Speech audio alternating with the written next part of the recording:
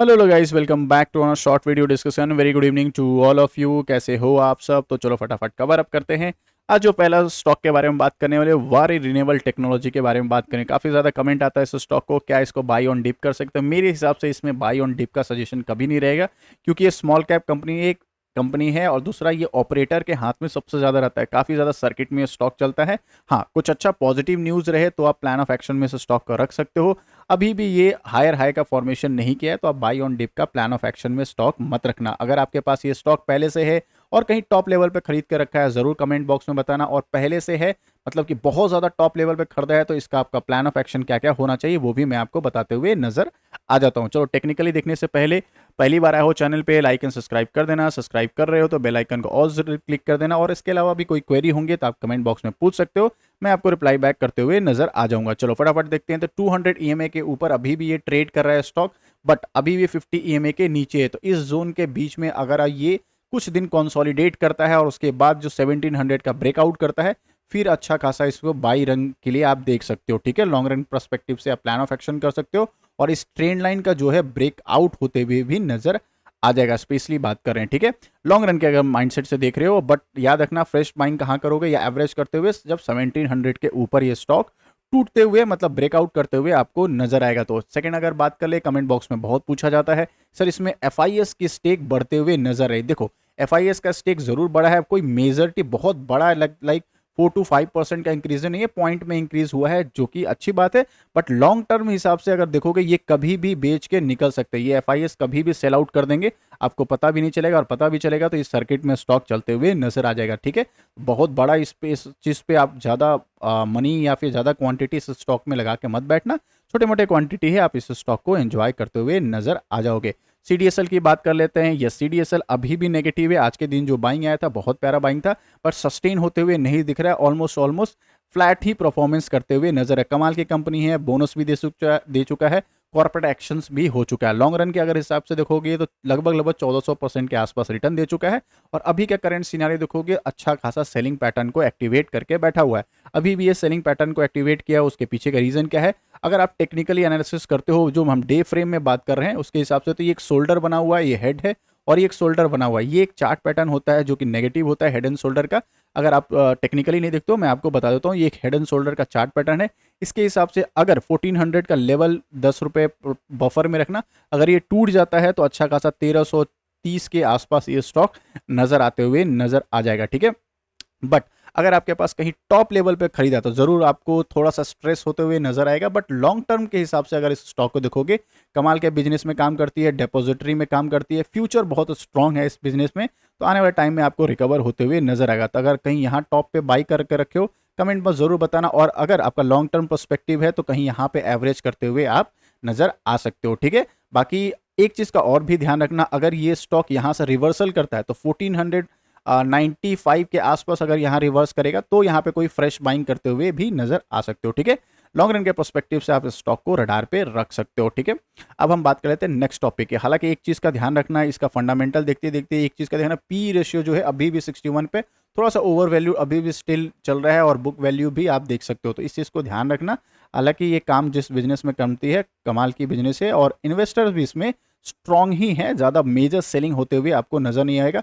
DIIs जो यहाँ पे अपना पोजीशंस को बढ़ाते हुए नजर आएगा। ठीक है, पिछले क्वार्टर से अभी के अच्छा खासा क्वांटिटी बढ़ा रखा है। चलो नेक्स्ट टॉपिक के बात कर लेते हैं। उससे पहले, फर्स्ट टाइम अभी तक आए हो तो लाइक एंड सब्सक्राइब कर देना। सब्सक्राइब करते हो तो मैं भी मोटिवेटेड फील करता हूँ। चलो दीपक नाइट्रेट की हम बात कर लेते हैं। तो दीपक नाइट्रेट आज के दिन रॉकेट रहा।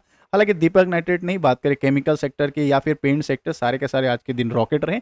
उसके पीछे का रीजन क्या है? तो अगर दीपक नाइट्रेट की बात करें, अच्छा खासा इसमें भी बाइंग आया है, लगभग लगभग 2% के आसपास बाइंग दिखी है। एशियन पेंट भी रॉकेट बनते हुए नजर आ रहा है, लगभग 2.5% के आसपास। एंड देन बात करें बर्जन पेंट भी लगभग लगभग 3.5% से ज्यादा इसमें बाइंग का ही। हालांकि ये स्टॉक बहुत प्यारा है, बट लास्ट 5 ईयर्स में देखो एकदम नेगेटिव में, मतलब कि एकदम फ्लैट इस रेंज में चलते हुए नजर आ जाएगा। ठीक है, अगर ये कहीं ब्रेकआउट करता है, स्ट्रॉन्ग ब्रेकआउट करता है 620 के ऊपर, तो थोड़ा सा मोमेंटम आप इसमें देख सकते हो। बट ठीक है, इस पर हम डीप एनालिसिस करके हम आपको बता देंगे। ठीक है, बर्जर पेंट आज भी अच्छे बाइंग में था, इंडिगो पेंट भी आज देखोगे अच्छे बाइंग था। हालांकि केमिकल एंड बात करें पेंट सेक्टर में, दोनों के दोनों रॉकेट बना था। उसके पीछे का रीजन क्या है?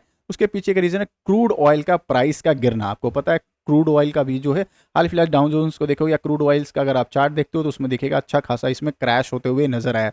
इससे फर्क क्या पड़ता है, क्रूड ऑयल का अगर प्राइस गिरेगा तो दीपक नाइट्रेट या केमिकल के बिजनेस या फिर पेंट का बिजनेस क्यों होगा, तो आपको पता है इनका जो बिजनेस, इनका जो रॉ मटेरियल है, रॉ मटेरियल जो है वो क्रूड ऑयल है। ठीक है, क्रूड ऑयल ही इनका रॉ मटेरियल। तो अगर आपको फॉर्मूला पता है सिंपल, जो हम क्वार्टर एंड क्वार्टर या फिर फिनेंशियल स्टेटमेंट देखते हो उसमें क्या होता है, income minus expense equal to profit. ये क्या होता है, इनकम मतलब क्या होता है, रेवेन्यू होता है। रेवेन्यू कह लो, सेल्स कह लो, अगर क्वार्टर का रिजल्ट देखते हो तो उसकी बात कर रहा हूँ। तो उसमें रेवेन्यू को क्या होगा, इनका बढ़ जाएगा क्योंकि एक्सपेंस कम होते हुए नजर आ रहा है। क्योंकि रेवेन्यू तो ठीक है बट रॉ मटेरियल जो एक्सपेंस जो सबसे ज़्यादा खर्चा हो रहा है, और रॉ मटेरियल खर्चा क्यों हो रहा है, क्योंकि सबसे ज़्यादा क्रूड ऑयल महंगा है। और आज के दिन देखोगे क्रूड ऑयल सस्ता होते हुए नजर आ रहा है, फॉल करते हुए, तो एक्सपेंस इनका कम हो जाएगा।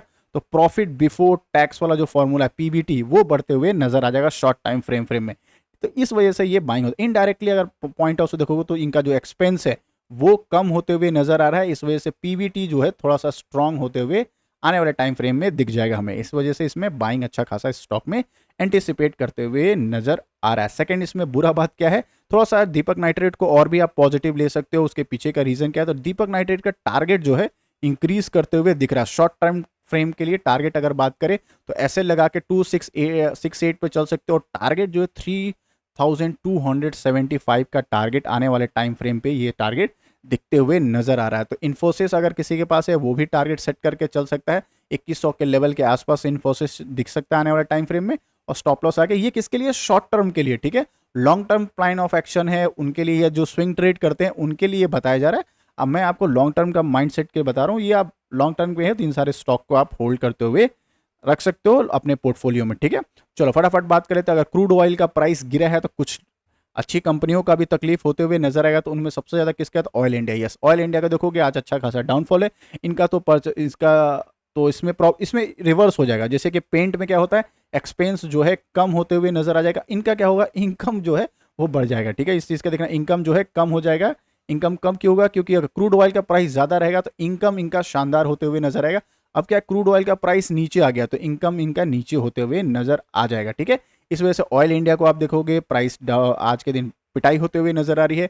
वो एनजेसी की बात करें ये भी डाउनफॉल में दिखेगा। एंड देन हम बात कर लेते हैं हेड एंड शोल्डर के, तो छोड़ो, हाँ बाकी ये दोनों स्टॉक, इसके अलावा जो भी ऑयल में काम करते हैं कंपनी, उनकी प्राइस डाउनफॉल में होते हुए नजर आ जाएगा। ठीक है, हालांकि शॉर्ट टाइम फ्रेम का है, क्रूड ऑयल अगर रिकवर करता है इन सारे स्टॉक को भी रिकवर आप होते हुए आप देख सकते हो आने वाले टाइम फ्रेम में। इसके अलावा अगर आप किसी स्टॉक को और भी रडार पे रख रहे हो तो अभी मैंने जस्ट बताया इन्फोसिस को थोड़ा सा रडार पे आप रख लेना, क्योंकि आने वाले जो टारगेट है वो भी इंक्रीज होते हुए दिख रहा है। चलो, आई होप मेरे एनालिसिस अच्छे लग रहे होंगे, तो लाइक एंड सब्सक्राइब कर देना। नेक्स्ट टॉपिक में हम बात करने वाले हैं, काफ़ी सारे इंपॉर्टेंट कवर अप करेंगे एचयूएल और मासडॉक को। इसके अलावा अगर कोई टॉपिक को आप कवर कर रहे हो इस वीडियो में या फिर इस चैनल में, तो आप जाके चेकआउट कर सकते हो। ठीक है, मिलते हैं एक और वीडियो में, तब तक के लिए बाय बाय, टेक केयर,